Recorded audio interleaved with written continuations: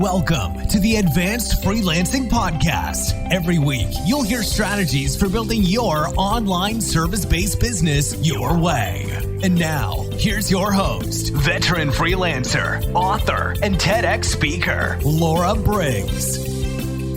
Coming to you today with another guest who's going to share her great insight into how to make freelancing work for you and when to decide that maybe it's not the right fit and you want to scale it down or work your freelance business in a different way. My guest today is Dani Belvin, who is a New Mexican theater artist, educator, and arts administrator driven by the desire to make a positive impact in Albuquerque. She holds a MFA in theater and a BA in theater education and Asian studies. As an educator, she's worked with students of all ages in New Mexico, Hawaii, Japan, and China. As a performer, she's also studied 12 different Asian theater and dance forms. And in addition to working full-time in arts administration at an art center, she teaches part-time at the college level and produces and co-hosts the podcast Biracial Unicorns, a podcast about race, gender, and pop culture. So now on to the show. Welcome back, everybody, to another episode of the Advanced Freelancing Podcast. I have a wonderful guest here today, and we're going to be talking about things that are a little bit off the beaten path for where a lot of the traditional freelance conversations go, which is, you're working it as a side hustle to bring it into a full-time gig, potentially using it to grow an even bigger and bigger freelance business. So my guest today is Dani. What would you say, your background is with freelancing?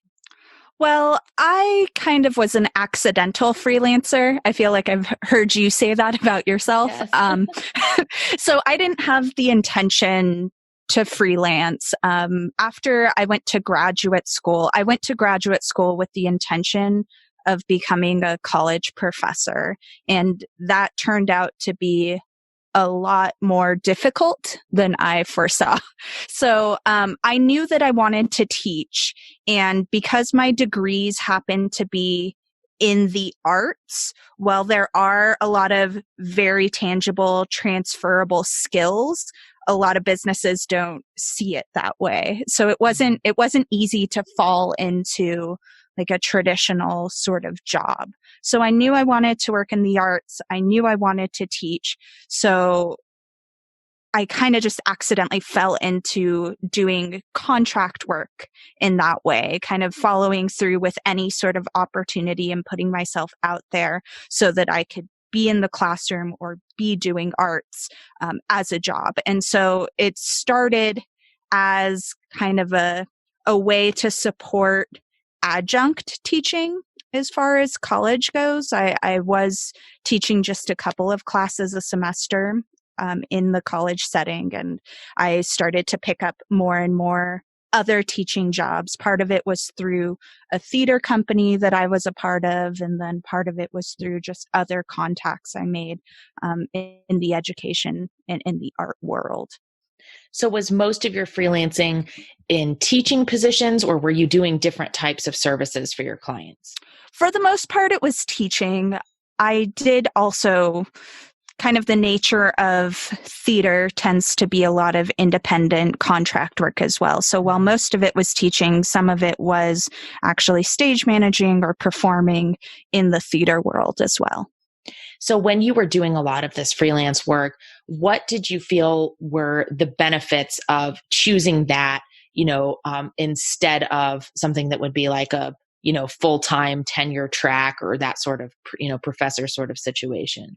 Yeah, the thing that I loved the most about freelancing was the freedom and the flexibility, right? I got to choose what I was doing. And I could turn down gigs that did not align with my values or didn't align with my schedule or weren't interesting to me. So I really enjoyed that aspect. And I enjoyed the aspect of kind of creating my own schedule. All of that was really freeing and really, just gratifying to me.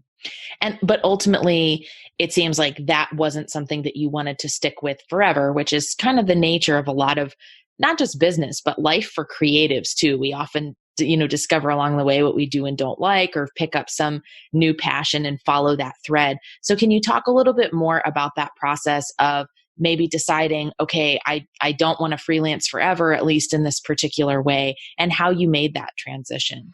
Yeah, for me, it was a lot of burnout. So I was working a lot and at a lot of different places, which is part of the nature of freelancing, I feel like. And I was spending a lot of time driving from gig to gig and just constantly on the go, it felt like, and it was exhausting.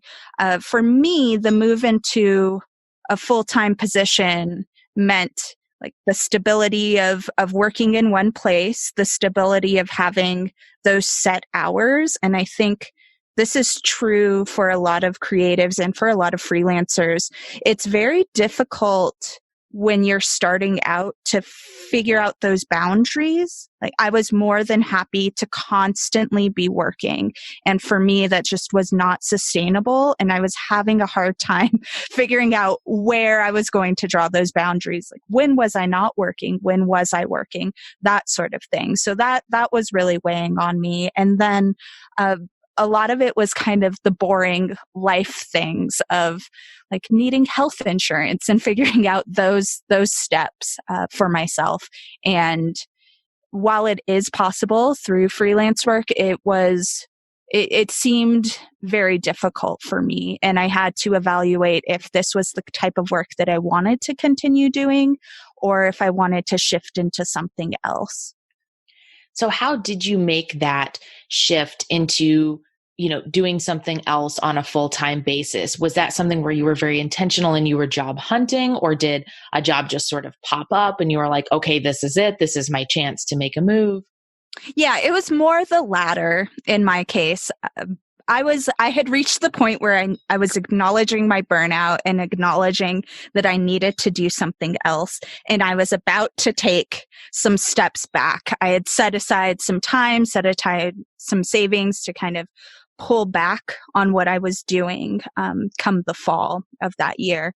And I set that space with the intention of job hunting, perhaps reconsidering applying for full-time professor jobs, perhaps out of state. I wasn't sure if I wanted to move away from where I was, but I set that space to search and decide. Right before I was about to transition into that space, a job kind of popped up, a full-time job with an organization I had been contracting with before. So I knew that the organization matched a lot of my personal values and was a good place to work. I knew a lot of people who were already in that organization, not well, but well enough to know that it seemed like a great place to work. And it was in arts education, but kind of through the administration side. So something a little different than I had done previously, but something that because I had been doing a lot of freelance individual work, I had the skills that they were looking for. And I had the practical experience of being on the ground, kind of doing the teaching, working as an artist, and having knowledge of both sides of it. So it was kind of an ideal situation that accidentally happened as well. Well, that's actually very interesting because through your freelance experience, even though you realized that that wasn't a path you wanted to continue down, you still had this introduction to this company and the people there to where you knew what at least some of the job would look like. And you touched on something that I think you touched on a couple of things that are really important, but the one that I want to pull out first is this idea of setting aside space, because one of the challenges of freelancing that I think anyone who's done it can experience is the fact that it can overtake all day, every day. And what tends to get crowded out is this idea of that intentional space setting to think about, okay, working on your business or even taking the step back to say, is this even what I want to be doing? When your skills are in demand, it is very easy to fill your day with work for clients. Sometimes I've even seen freelancers who have waiting lists. They're turning down other clients because they're so busy. And I think it was very smart that your first step was not like, okay, I'm going to like fire all my clients today, or I'm just going to go take like whatever job pops up, right? You very intentionally said, I'm going to put some space in here to figure out what this is going to look like, because I don't necessarily know what my next step is. And I feel that it's so hard for a lot of freelancers to do that just because of the way we work. And we tend to be thinking about other people's businesses or the projects we're working on and not recognizing how it's affecting us. And so you mentioned that prior to doing that, your step was to recognize that you were at least beginning the stages of burnout. Can you speak a little bit about that to help other freelancers who might not realize that there are some subtle signs popping up that they might be burning out, and, what you would do if you could, go back in time and talk to yourself at that period and kind of, raise those red flags sooner? Yeah, I think for me, and probably for a lot of people who work in freelance, we go down that path because it's the work that we want to do, and it's the work that we value, and it's a passion, right? It's very hard to be motivated to work for yourself or, to take on different clients, different small side jobs, unless it's something you're passionate about. And so for me, the early signs of burnout were I was unhappy and I did not see the same level of passion and commitment to the work that I had when I was beginning. I was very unhappy. I was very tired.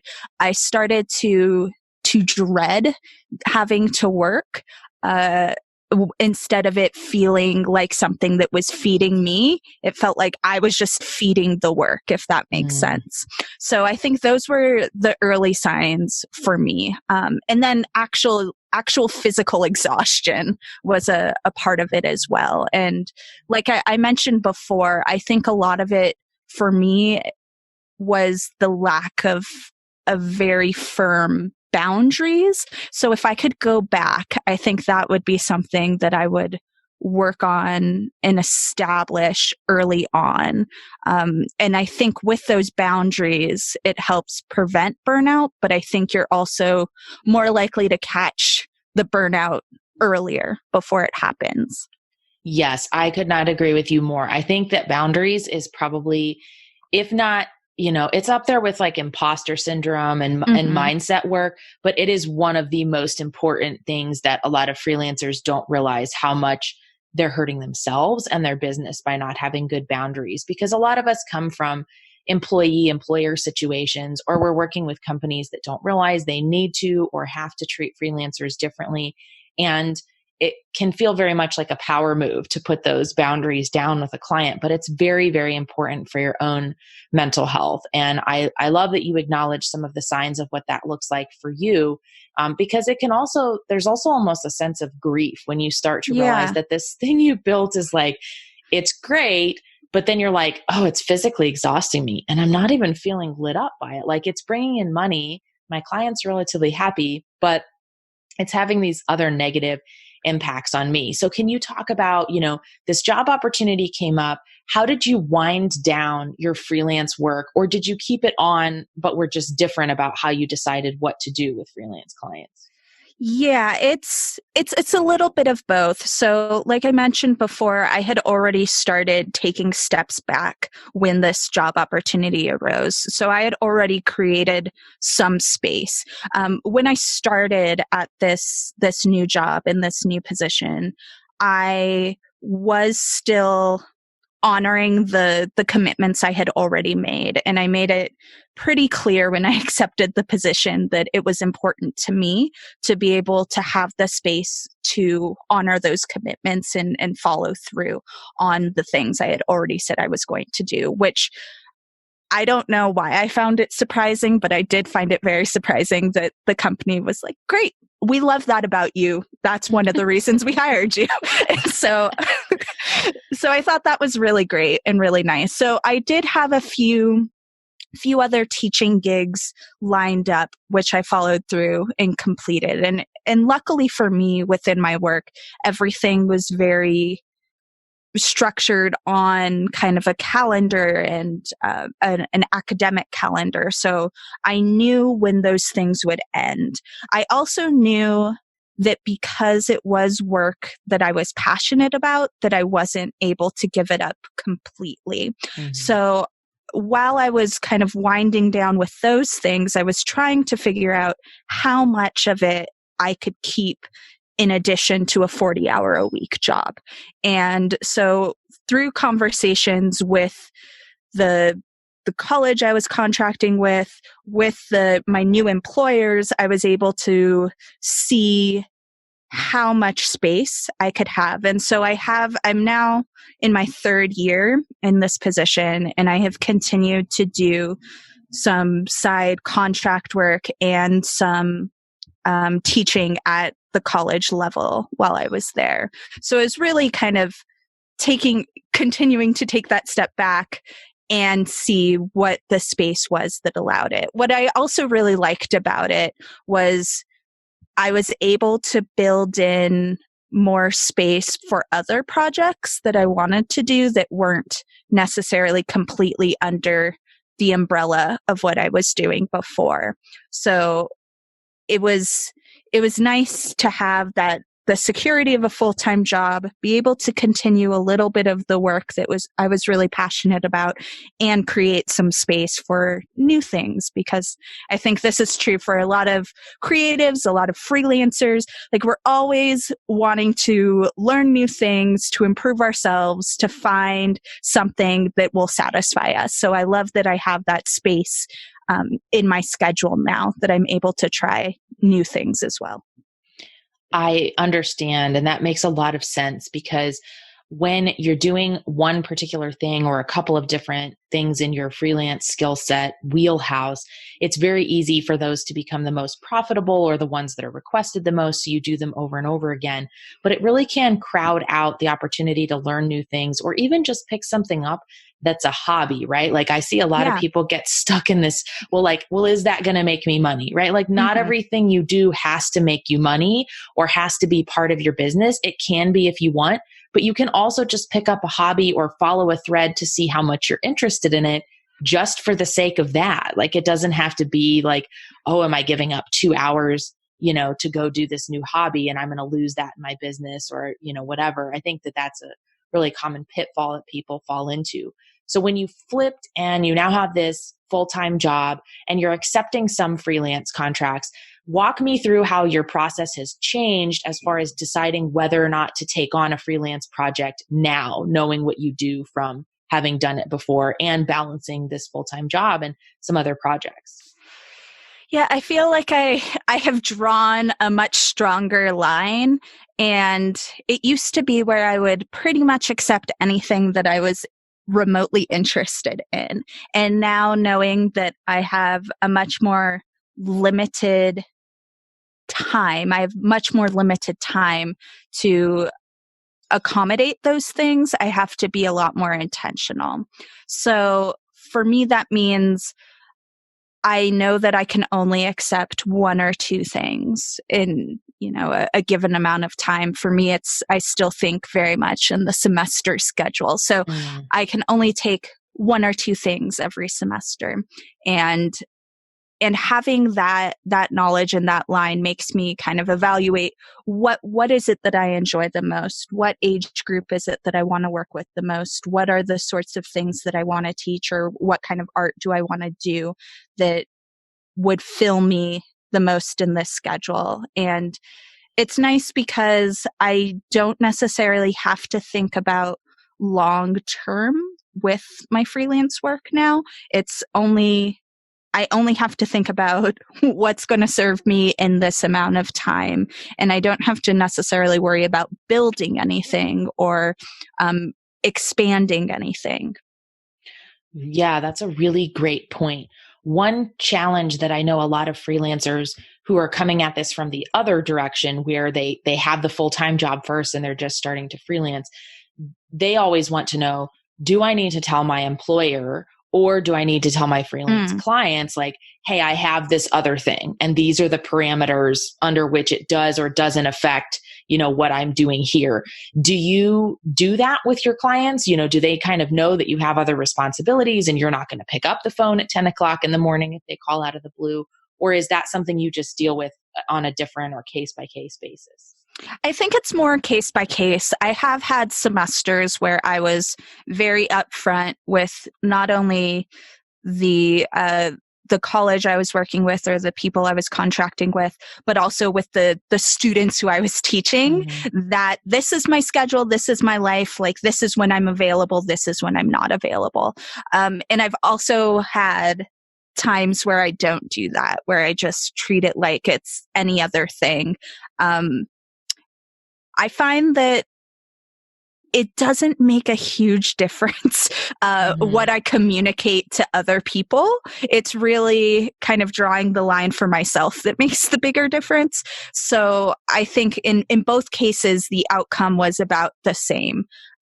So I think I've kind of moved into more of not necessarily having to disclose, just because I don't understand necessarily what I was getting out of disclosing. Like, I don't know if I was looking for like people to understand that boundary, but I feel like you can establish that boundary without having to justify why.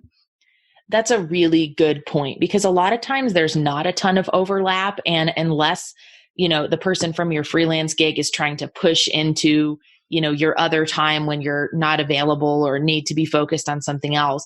I really found that a lot of times when I was working full time, that it didn't really affect it. Like, I didn't see how it affected my boss at all. I didn't see how it affected my freelance clients. Like, we could either do a call at noon when I was on lunch break or after hours. Like, or we could discuss it over email. Right. So I agree with you that it's a case by case thing. I don't think you owe it to anyone unless there's going to be some potential where they're like, oh, we need you to be available at 3 p.m. every Tuesday. And then you're like, well, then I might not be the person for you because I'm working then or whatever. But I agree that I think a lot of times it's about our own boundaries, like setting ourselves up for, okay, how am I going to have like firm boundaries with both these things so that I don't get overwhelmed or don't shortchange, anyone in the process. Well, this has been super helpful for me, at least, to hear how you've made this transition and really arrived at a balance of things that works best for you. And I think that's important for everyone listening to remember, is that you don't have to apply a formula from anyone and try to force that into fitting into your life. You get to decide to what extent you're freelancing or you're not, or you have a full-time job or you work remotely or you're volunteering or whatever. You get to decide what that looks like. And you can always change it too. If it's no longer suiting you for any reason, you can always adapt and change it. So never feel like you're a prisoner to your circumstances, because you always have the power to adapt. And that's something I think we've talked about a lot in this episode is tuning into those signals in yourself. Like, how do I know when this isn't working? How do I make that decision? How do I wind things down and move forward in a step that's positive? So where can people go to learn more about you and all of the great work you're doing, including your podcast? Yeah. So the best place to learn about me is through my podcast, which is one of those lovely things that has been able to arise because I've had that extra space in my life and is able to kind of fulfill me in a different sort of way. So I co-host and produce a podcast called Biracial Unicorns. We're available on all the podcasting platforms. You can also find our website at biracialunicorns.pinecast.co. Just co, not com. And we're also on Instagram, Biracial Unicorns, Facebook, Biracial Unicorns, and Twitter at Biracial Magic. Awesome. Well, thank you so much for agreeing to come on the show and sharing your story. We will put all of the links to that information in the show notes. And